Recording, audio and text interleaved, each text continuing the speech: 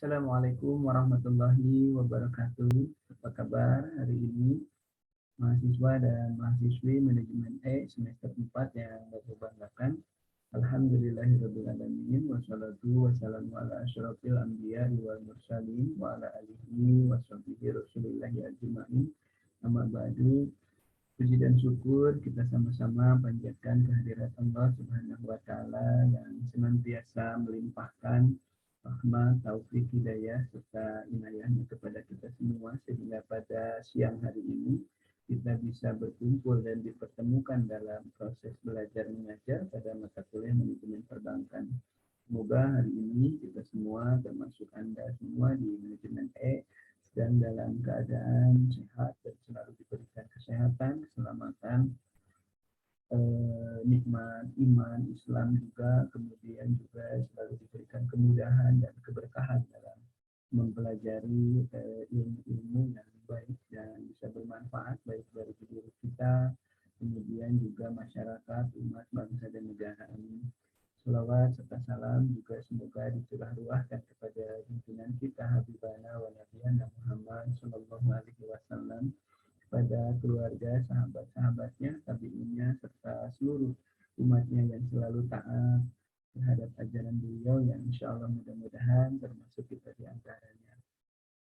Dan semoga juga kita semua, terutama yang mahasiswa manajemen telah mendapat syafaat dari Rasulullah Shallallahu Alaihi Wasallam dan kita semua ditempatkan di tempat yang layak, yang yakni surganya Allah Subhanahu wa taala. Amin.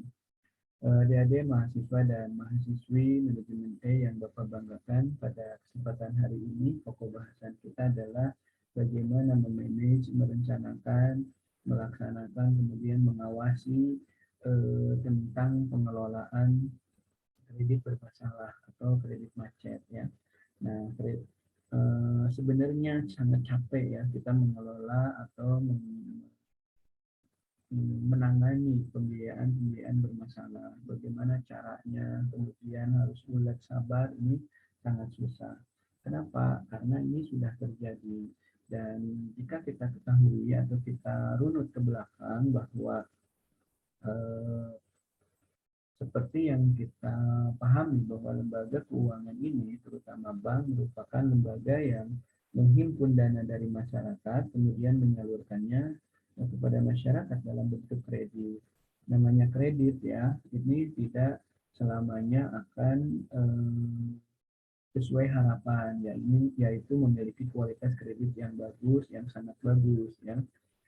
Tapi ada kalanya juga masyarakat atau nasabah, entah itu disengaja maupun tidak disengaja, maupun faktor alam, maupun faktor ekonomi secara makro, ataupun secara internal nasabah itu sendiri, maka pembiayaan atau kualitas kredit selalu ada saja yang memiliki kualitas kredit yang buruk ya, atau yang tidak baik, bahkan ada yang sangat tidak baik, yakni macet. Nah, pokok bahasan yang barusan kita sudah pelajari juga minggu kemarin ya, di mana minggu kemarin kita mempelajari tentang kualitas kredit, di mana kualitas kredit ini terdiri dari 5 kolektibilitas, yakni satu itu lancar, kolektibilitas 2 ini dalam perhatian khusus, kolektibilitas ketiga ini adalah kurang lancar, dan kolektibilitas keempat ini adalah diragukan, sementara kolektibilitas kelima ini adalah macet. Nah, tentu saja untuk kolektibilitas pertama, yakni lancar, maupun kolektibilitas kedua, yakni dalam perhatian khusus, ini masih kategori kredit yang kualitasnya baik ya. Bahkan kalau kurang lancar, kolektibilitas pertama ini memiliki kualitas yang sangat baik, dan semua bank menginginkan kolektibilitasnya ada dalam kolektibilitas 1 dan 2, masih mending ya 2, bahkan semuanya menginginkan di kolektibilitas 1 ya. Tetapi seperti yang kita sampaikan tadi, entah itu faktor ekonomi secara makro maupun faktor alam, ada kejadian banjir, gempa bumi dan lain sebagainya, maupun faktor internal nasabah itu sendiri yang mengakibatkan kualitas kredit ini selalu berpindah, ada yang ke kurang lancar, ke diragukan, bahkan macet gitu. Kemarin kita sudah mempelajari bahwa kolektibilitas atau kualitas kredit yang sangat baik, yakni lancar, kita sudah memahami dan mengetahui bahwa kolektibilitas satu ini merupakan nasabah kredit ya yang selalu tepat waktu dalam membayar angsuran. Bahkan sebelum waktunya mungkin mereka sudah membayar angsuran tersebut. Dan ini yang kita inginkan nasabah karakter seperti ini ya, dengan kualitas pembayaran kredit yang bagus.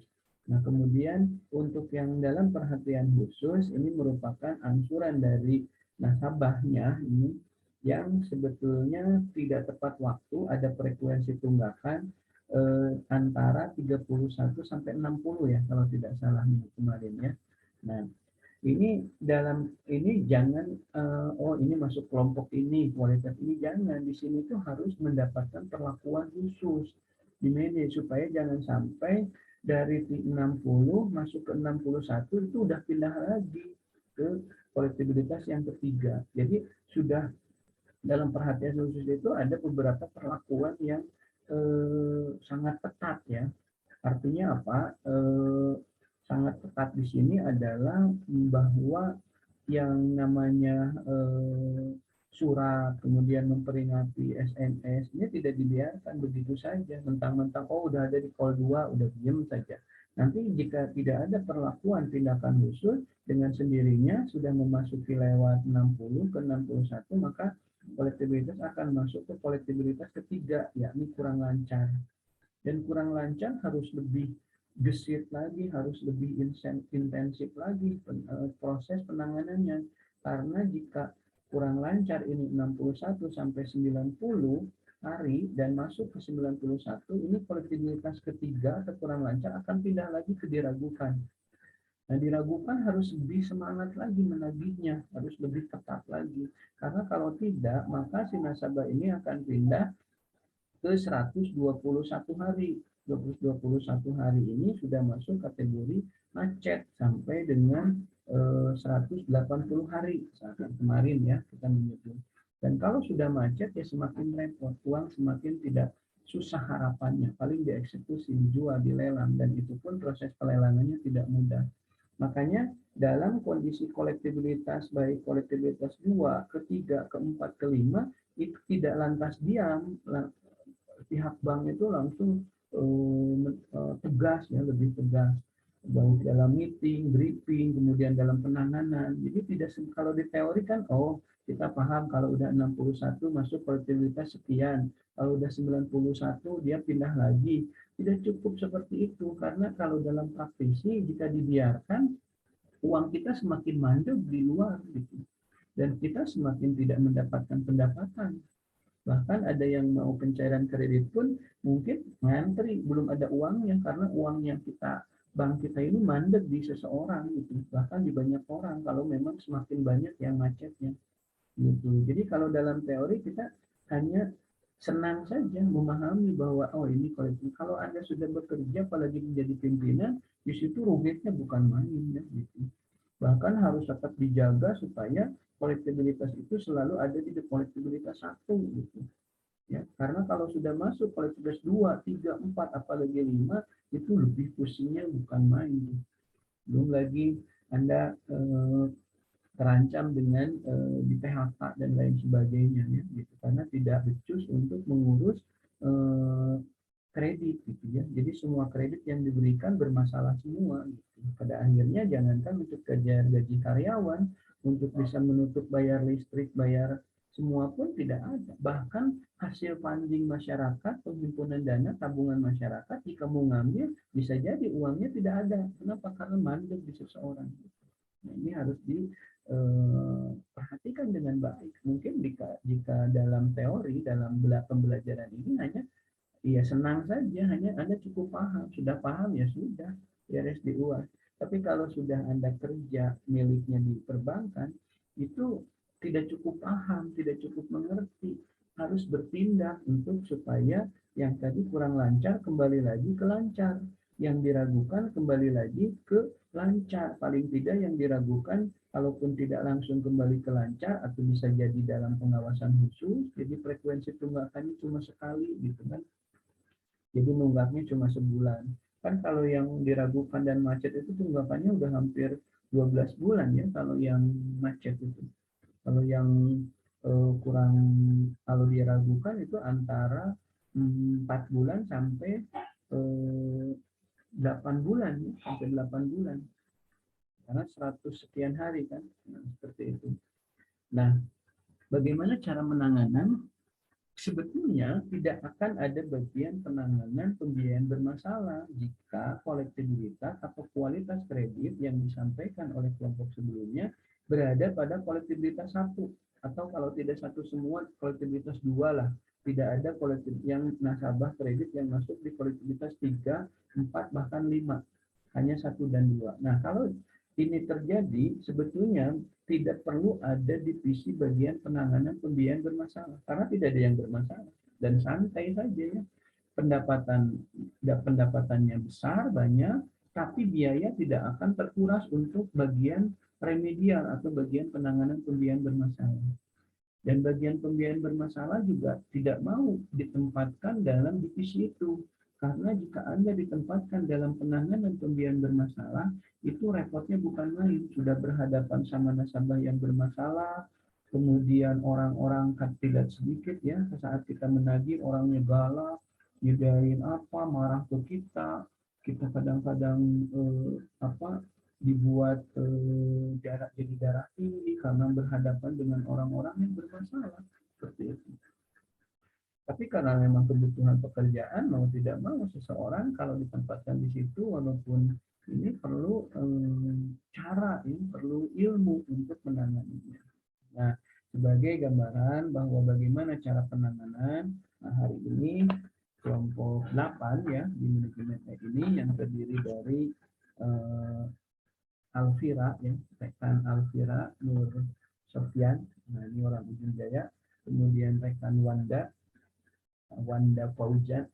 Nurul, selain Wanda Faujan ya, kemudian Jailani Al-Manafi, nah, sudah siap ya untuk mempresentasikan kepada kita semua hasil diskusi dan pencarian materinya di kelompok 8 ini dengan pokok bahasan manajemen kredit bermasalah. Bagaimana cara menangani yang kurang lancar, bagaimana yang diragukan, bagaimana yang macet, bagaimana apa langsung dieksekusi saja jaminannya atau bagaimana. Maka kita akan simak bersama bagaimana pemaparan tentang penanganan kredit bermasalah yang akan dibawakan oleh kelompok 8 terdiri dari Alvira Nur Sofyan dengan NPMD 1200423, kemudian Wanda Nurul Hidayat apa nih hanya dengan NPMD 1200442, kemudian Jailani Al-Manafi dengan NPMD 120042010. Dan saya kira kepada rekan-rekan di kelompok 8 untuk langsung saja ya, saya persilahkan menyampaikan hasil presentasinya dan saya menyimak di belakang dulu. Silahkan, ini siapa? Alvira ya, Alvira yang pertama kali. Silahkan Alvira. Assalamualaikum warahmatullahi wabarakatuh. Nama saya Alfian Sofyan dari kelompok 3 yang beranggotakan Wanda Nurul Hamidah dan Jailani Al-Manafi. Di sini kami akan membahas materi mengenai manajemen kredit macet dan kredit bermasalah. Terima kasih kepada moderator yang telah memberikan waktunya kepada saya. Sebelumnya perkenalkan, nama saya Jailani Al-Manafi dari kelas manajemen E4 kelompok 8. Saya akan menjelaskan tentang kredit bermasalah dan kredit macet. Tapi sebelum menuju ke materi kredit bermasalah dan kredit macet, ada beberapa hal yang harus dijelaskan tentang keterkaitan antara permasalahan yang akan dibahas dan juga lembaga yang akan kita bahas. Yang pertama ada bank. Bank ini kaitannya adalah salah satu penyedia layanan kredit kepada para nasabah. Bank adalah lembaga keuangan yang menjadi tempat bagi perorangan, badan-badan usaha swasta, badan-badan usaha milik negara, bahkan lembaga pemerintah menyimpan dana-dana yang dimilikinya. Bank sebagai lembaga keuangan, di samping memberikan jasa dalam lalu lintas pembayaran dan peredaran uang. Usaha pokok bisnisnya adalah memberikan pelayanan kredit kepada para nasabahnya. Jadi bank adalah salah satu penyalur kredit kepada para nasabah yang mungkin kita akan bahas sekarang kredit bermasalahnya dan kredit macet. Nah, kemudian kita akan menjelaskan apa itu kredit. Kredit yaitu suatu fasilitas keuangan yang memungkinkan seseorang atau badan usaha untuk meminjamkan uang untuk membeli produk dan membayarkannya kembali dalam jangka waktu yang telah ditentukan. Dalam Undang-Undang Nomor 10 Tahun 1998 menyatakan bahwa kredit adalah penyedia uang atau tagihan yang dapat dipersamakan dengan itu, berdasarkan persetujuan atau kesepakatan pinjam-meminjam antara bank dengan pihak lain yang mewajibkan pihak peminjam untuk melunasi utangnya setelah jangka waktu tertentu dengan pemberian bunga. Nah, kemudian kredit bermasalah. Apa itu kredit bermasalah? Kredit bermasalah adalah sebuah kredit, semua kredit yang memiliki risiko karena debitur yang telah gagal atau menanggapi masalah dalam memenuhi kewajibannya yang telah ditentukan. Artinya, debitur yang sebelumnya telah melakukan kredit tidak bisa memenuhi kewajibannya dalam membayar kredit tersebut. Dalam dunia perbankan, kredit bermasalah bisa timbul baik karena faktor internal maupun faktor eksternal, sehingga dalam pelaksanaan pemberian pihak bank harus benar-benar berpegang pada prinsip kehati-hatian dan prinsip yang lain yang berkaitan dengan pemberian kredit perbankan. Karena kredit bermasalah itu muncul ketika nasabah atau yang peminjam kredit tidak bisa memenuhi kewajibannya untuk membayar. Kemudian ketika terjadi kredit macet atau kredit yang bermasalah, apa yang masalah yang akan timbul? Ada beberapa masalah yang timbul ketika adanya kredit macet. Tentunya ketika terlalu banyak akan menimbulkan kerugian yang besar. Dan kerugian ini akan menghambat operasi perusahaan karena sumber pendapatan, salah satu sumber pendapatan dari lembaga yang menyediakan peminjaman kredit adalah kelancaran dari pembayaran kredit tersebut. Ketika memang kredit tersebut ada kemacetan, maka pendapatan pun akan berkurang dan juga menjadi masalah. Kemudian dalam paket kebijakan deregulasi bulan Mei tahun 1993, di Indonesia dikenal ada dua golongan kredit bank, yaitu kredit lancar dan juga kredit bermasalah. Penggolongan kualitas kredit berdasarkan pasal 4 SK Direktur Bank Indonesia nomor 30/27/dir tanggal 27 Februari 1998, yaitu ada sekitar 5 penggolongan. Yang pertama, kredit lancar, yaitu apabila memenuhi kriteria yang pertama, pembayaran angsuran pokok atau angsuran bunganya itu tepat pembayarannya. Kemudian memiliki mutasi rekening yang aktif, bagian dari kredit yang dijamin dengan anggunan tunai. Artinya itu kredit yang bisa dikategorikan kredit lancar. Kemudian yang kedua ada kredit perhatian khusus atau special mention, yaitu apabila memenuhi kriteria atau terdapat dalam kriteria yang pertama, terdapat tunggakan angsuran pokok atau bunga yang belum melampaui 90 hari atau masih di bawah 90 hari. Kemudian kadang-kadang terjadi cerukan atau mutasi rekening relatif rendah. Kemudian jarang terjadi pelanggaran terhadap kontrak yang diperjanjikan. Masih ada pelanggaran, cuman masih jarang-jarang pelanggarannya masih jarang terhadap kontrak yang diperjanjikan. Kemudian didukung oleh pinjaman baru. Golongan ketiga adalah kredit kurang lancar, yaitu apabila memenuhi kriteria yang pertama, terdapat tunggakan yang telah melampaui 90 hari. Jadi ketika tadi dari golongan yang perhatian khusus sudah melebihi 90 hari, maka masuk ke golongan yang kurang lancar. Sering terjadi cerukan, kemudian frekuensi mutasi rekening relatif sangat rendah, pelanggaran terhadap kontrak yang diperjanjikan, kemudian terdapat indikasi masalah keuangan yang dihadapi debitur atau dokumen yang lemah. Kemudian golongan yang keempat yaitu diragukan, yaitu apabila terdapat tunggakan angsuran pokok dan angsuran bunga yang telah melebihi atau telah melampaui lebih dari 180 hari. terjadi cerukan yang bersifat permanen, terjadi wan prestasi lebih dari 180 hari, terjadi kapitalisasi bunga, dokumentasi hukum yang lemah, baik untuk perjanjian kredit maupun pengikatan jaminan. Dan yang golongan terakhir, yaitu golongan kelima, ada golongan kredit macet. Kredit macet ini terdapat tunggakan angsuran pokok atau bunga yang telah melampaui 270 hari. Itu bisa dikategorikan dan masuk ke dalam kategori kredit macet. Kemudian kerugian operasional ditutup dengan peminjaman baru atau dari segi hukum maupun kondisi pasar, jaminan tidak dapat mencairkan dengan nilai yang wajar. Mungkin itu ada 5 golongan dari kredit bermasalah dan kredit macet berdasarkan dengan surat keputusan dari Direktur Bank Indonesia tahun 1998. Itu saja yang dapat saya sampaikan. Selebihnya akan disampaikan dengan rekan-rekan saya. Saya kembalikan lagi ke moderator. Terima kasih. Salam. Baik, saya Nurul Hamida akan menyampaikan materi yang kedua, yaitu faktor penyebab kredit bermasalah atau kredit macet.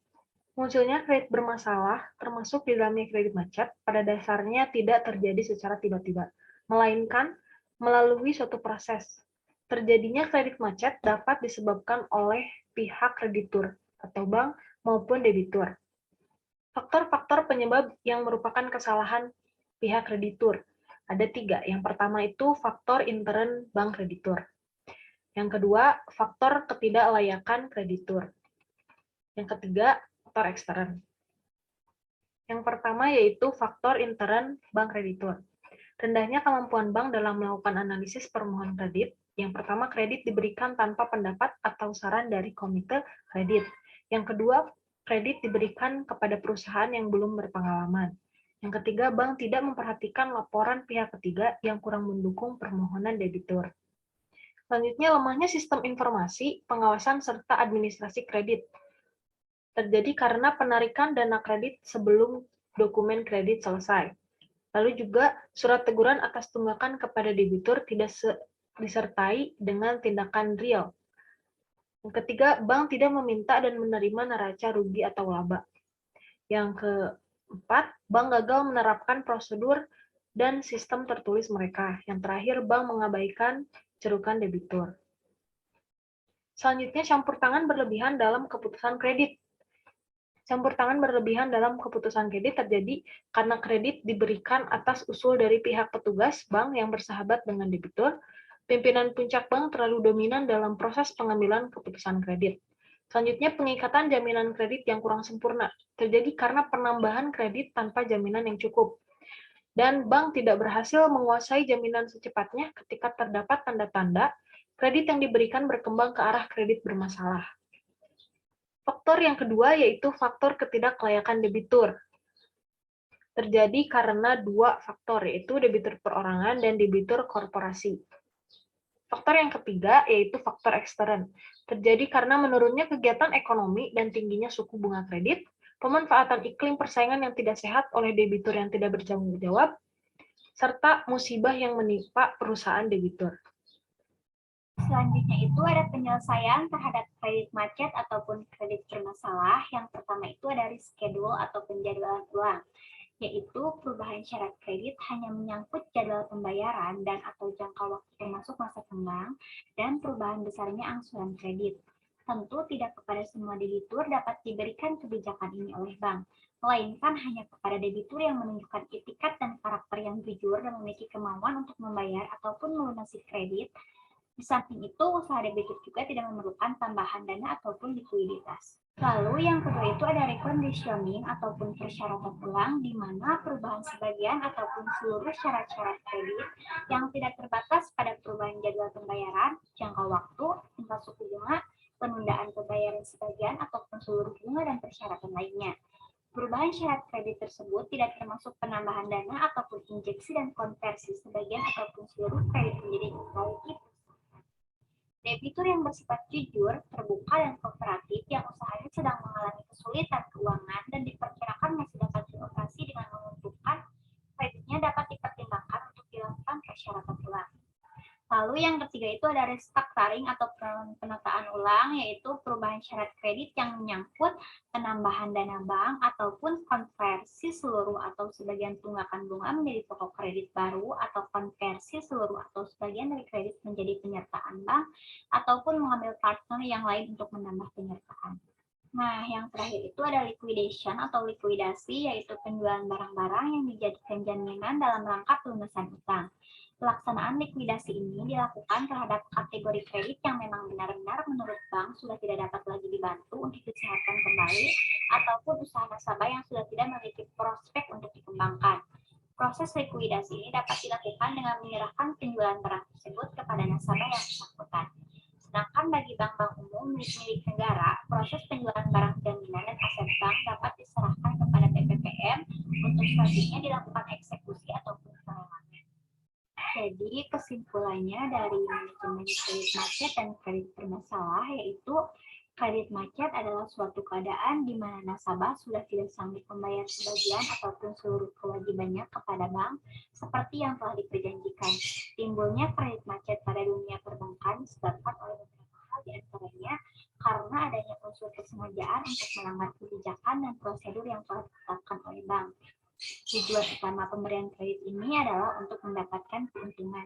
Hasil keuntungan diperoleh dalam bentuk bunga yang diterima oleh bank sebagai balas jasa dan biaya administrasi kredit yang dibebankan kepada nasabah ataupun debitur. Keuntungan yang diperoleh ini sangat penting untuk kelangsungan hidup bank. Oleh karena itu, keuntungan juga dapat membesarkan usaha bank. Bagi bank yang mengalami kerugian, maka besar kemungkinan besar bank tersebut akan dilikuidasi atau dibubarkan. Sehingga sangat penting bagi bank untuk memperbesar.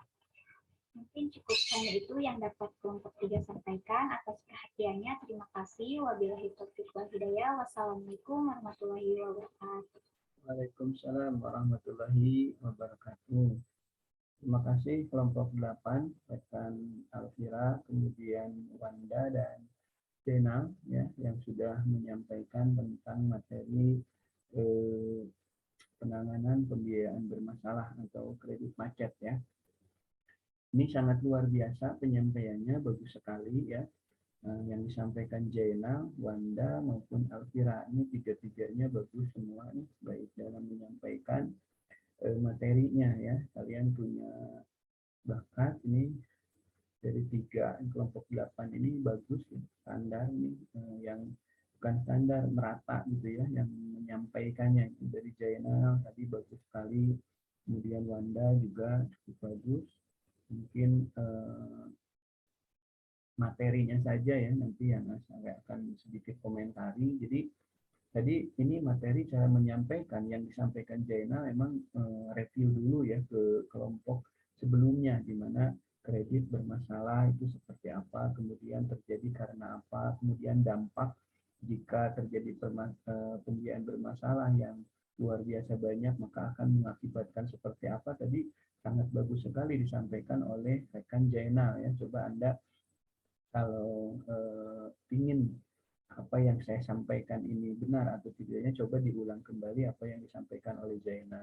Cuma di situ saya penasaran, itu kan materinya kalau terus-terusan seperti itu materi kelompok kemarin. Saya berharap bahwa ini adalah sebagai review sebelum ke penanganan pembiayaan macet dan bermasalah, mana nih materinya gitu. Kemudian Wanda menyampaikan malah belum juga nih, padahal apa yang disampaikan Jaina sama Wanda ini sudah menyampaikannya bagus, public speaking bahasanya bagus, ketenangannya bagus, ini bagus sekali. Saya oh ya bagus nih menyampaikannya, cuma sayangnya ini materi kelompok kemarin gitu. Tadi saya perhatiin ya gitu. Dan saya berharap yang disampaikan Wanda adalah materi substansi penanganan pembiayaan bermasalah, tapi kok belum juga gitu. Walaupun sih dari cara penyampaiannya ini bagus, baik Jaina maupun Wanda tadi gitu. Kok belum juga nih, karena substansi dari kelompok ini sebenarnya bukan kualitas kredit gitu. Tadi kan Jaina menyampaikan tentang yang kurang lancar, yang diragukan, yang macet itu seperti apa gitu. Kemudian dampaknya akan seperti apa. Cuma menyampaikannya enak nih, enak banget gitu ya. Kalem juga gitu. Kemudian Wanda juga bagus. Nah, sampai akhirnya di terakhir Elvira. Jadi sebenarnya substansi dari kelompok ini adalah yang disampaikan Elvira, di mana Pada saat sudah terjadi kolektibilitas atau kualitas kredit yang disampaikan tadi oleh Jainal, ya ada 5 kolektibilitas, oleh Wanda, sebenarnya yang disampaikan Elvira lah yang substansi dari pembahasan kelompok ini, gitu, di mana cara penanganan pembiayaan kalau sudah terjadi adalah ada restructuring di jadwal ulang, ya tergantung mana nih strategi untuk restructuring itu yang mana, atau rescheduling ini yang mana, apakah yang kurang lancar atau yang macet. Saya kira yang macet tidak bisa di rescheduling, paling-paling yang macet mungkin di liquidation, ya yang terakhir itu. Jadi pembahasan di sini harusnya lebih banyak ke tadi, tapi ada sih memang yang disampaikan oleh Elvira, ya di situ ada model penanganan rescheduling, reconditioning, kemudian juga ada restructuring. Restructuring itu seperti apa? Dia itu menyuntik kembali, menambahkan pembiayaan yang sudah macet malah diberikan kembali supaya usahanya jalan lagi. Tapi itu apakah dalam kondisi kolektibilitas kedua, ketiga, atau kelima gitu. Nah ini yang tadi tidak dieksplor kembali, ya, karena tadi tapi segini juga alhamdulillah karena substansi dari kelompok ini sebenarnya yang disampaikan oleh Elvira gitu, penanganan pembiayaan bermasalah. Adapun yang disampaikan oleh Jaina sama Wanda, walaupun saya salut dengan cara penyampaiannya yang bagus, tapi materi ini sebenarnya sudah disampaikan atau materi kelompok sebelumnya, gitu. Walaupun tidak apa-apa karena ini untuk review. Tapi yang harusnya diperbanyak di materi ini sebetulnya bagaimana tadi yang proses rescheduling, reconditioning, kemudian restructuring, dan likuidasi yang tadi disampaikan Elvira. Nah, yang belum tadi itu adalah rescheduling dilakukan pada kolektibilitas yang seperti apa. Reconditioning dilakukan pada kolektibilitas seperti apa? Apa call 5, apa call 3 gitu. Nah, kemudian likuidasi. Kalau likuidasi saya jelas ya, tidak mungkin dilakukan dalam kolektibilitas kedua, ketiga, keempat. Pastinya ini sudah termasuk dalam, kalau dilikuidasi, diambil alih, dieksekusi, jaminannya, kemudian dijual, ini pasti posisinya sudah di kolektibilitas 5, kan begitu. Jadi tadi itu yang disampaikan Elvira sudah bagus, cuma sayang di slide seharusnya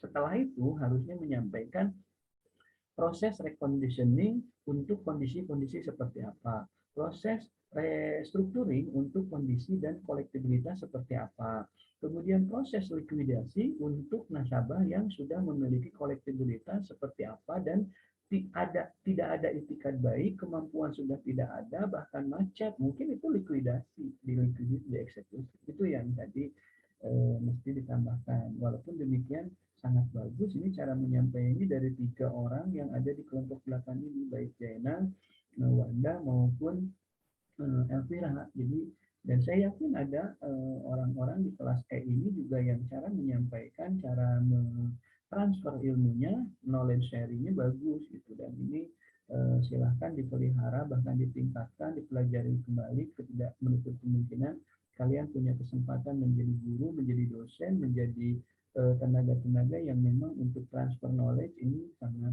bagus, ya.